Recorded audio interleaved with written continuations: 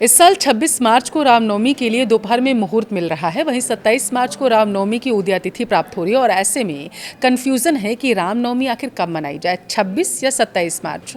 अगर आप भी इस कन्फ्यूज़न में हैं तो आइए इस वीडियो में आपको इस परेशानी को दूर करते हैं और वीडियो को लास्ट तक आप ज़रूर देखिएगा। आपको बताएंगे कि तारीख कौन सी सही है, शुभ मुहूर्त पूजा का क्या रहने वाला है। नमस्कार, आपके साथ मैं पल्लवी रविंद्र सिंह।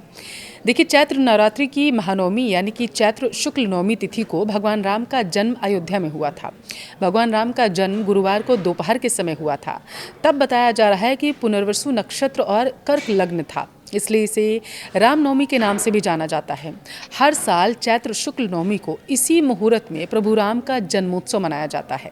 इस बार 27 मार्च को रामनवमी की तिथि सुबह में खत्म हो रही है और दोपहर में दशमी तिथि लग रही है।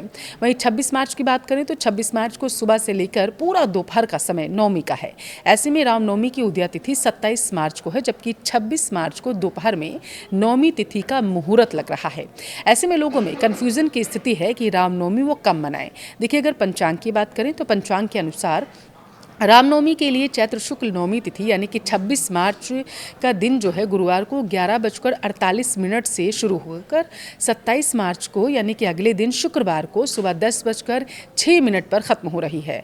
उदया तिथि के आधार पर रामनवमी 27 मार्च को है, लेकिन अगर हम मध्यावापनी मुहूर्त यानी कि नवमी तिथि में दोपहर का मुहूर्त देखें तो वो 26 मार्च को मिल रहा है। देखिए, रामनवमी के लिए चैत्र शुक्ल नवमी को मध्यावापनी शुद्ध तिथि जो होती है वही मान्य मानी जाती है। अगर यह 2 दिन रहती है यानी कि ये मध्यावापनी है तो फिर दोनों ही दिनों में ना हो तो पहले ही दिन का व्रत जो है वो व्रतियों को रखना चाहिए। अब हर बार जयंती मुहूर्त यानी कि प्रभु राम के जन्म के समय जो ग्रह और नक्षत्रों की स्थिति होती है वह प्राप्त होना संभव नहीं रहता है, लेकिन जिस बार जयंती मुहूर्त आ जाए तो उसे ज़रूर लेना चाहिए, ऐसा पंचांग में विधान है, शास्त्रों में यही है। अब ऐसे में देखा जाए तो 26 मार्च को गुरुवार दिन है और नवमी तिथि की दोपहर वाली मुहूर्त पड़ रही है। उस दिन आद्रा नक्षत्र शाम 4:19 पर है। वहीं मिथुन राशि में चंद्रमा है।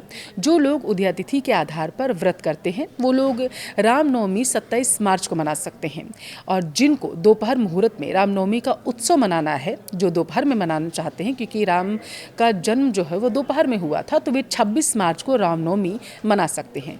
देखिए, एक बात ध्यान देने वाली है कि आप जिस क्षेत्र में रहते हैं वहाँ के स्थानीय पंचांग से एक बार ज़रूर देख लीजिए नवमी तिथि का समय आखिर क्या रहने वाला है। रामनवमी की सही तारीख आपको स्थानीय पंचांग के अनुसार ही वहाँ पे मिल पाएगी। देखिए, शास्त्रों के अनुसार भगवान राम का जन्म चैत्र शुक्ल पक्ष की नवमी तिथि को दोपहर के समय हुआ था, ये मैंने आपको बताया। अब नियम अगर देखिए तो 26 मार्च 2026 को दोपहर के समय नवमी तिथि मिल रही है, इसलिए गृहस्थ जीवन वालों के लिए इसी दिन रामनवमी मनाना और व्रत रखना सबसे उत्तम बताया गया है। वहीं जो लोग वैष्णव परंपरा यानी कि साधु संत हैं, जो वैष्णव संप्रदाय का पालन करते हैं, वे उदया तिथि के अनुसार 27 मार्च को यह पर्व मना सकते हैं। अब देखिए, रामनवमी की पूजा का अगर सबसे शुभ मुहूर्त की बात करें तो ये सुबह 11:13 से शुरू हो रहा है, जो दोपहर में 1:41 तक जो है वो रहने वाला है।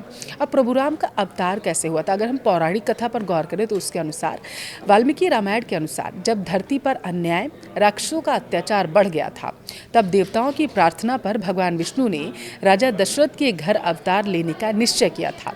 संतान प्राप्ति के लिए राजा दशरथ ने पुत्र कामेष्टि यज्ञ करवाया था।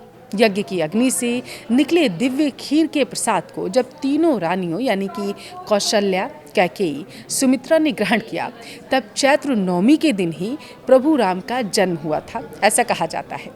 वाल्मीकि रामायण के बालकांड के अनुसार श्री राम के जन्म के समय 5 ग्रह अपनी उच्च राशि में थे, जो उनके अलौकिक और प्रभावशाली व्यक्तित्व को दर्शाते हैं। रामनवमी पर ये काम आपको ज़रूर करने हैं जो अब मैं आपको बताने जा रही हूँ। हो सके अयोध्या जाइए। देखिए, 2026 में राम मंदिर के निर्माण के बाद यह रामनवमी और भी भव्य होने वाली है। लाखों भक्त सरयू नदी में स्नान कर प्रभु के दर्शन करेंगे। इस दिन अन्न और जल का दान करना अगर आप करते हैं तो ये अश्वमेध यज्ञ के समान माना जाता है।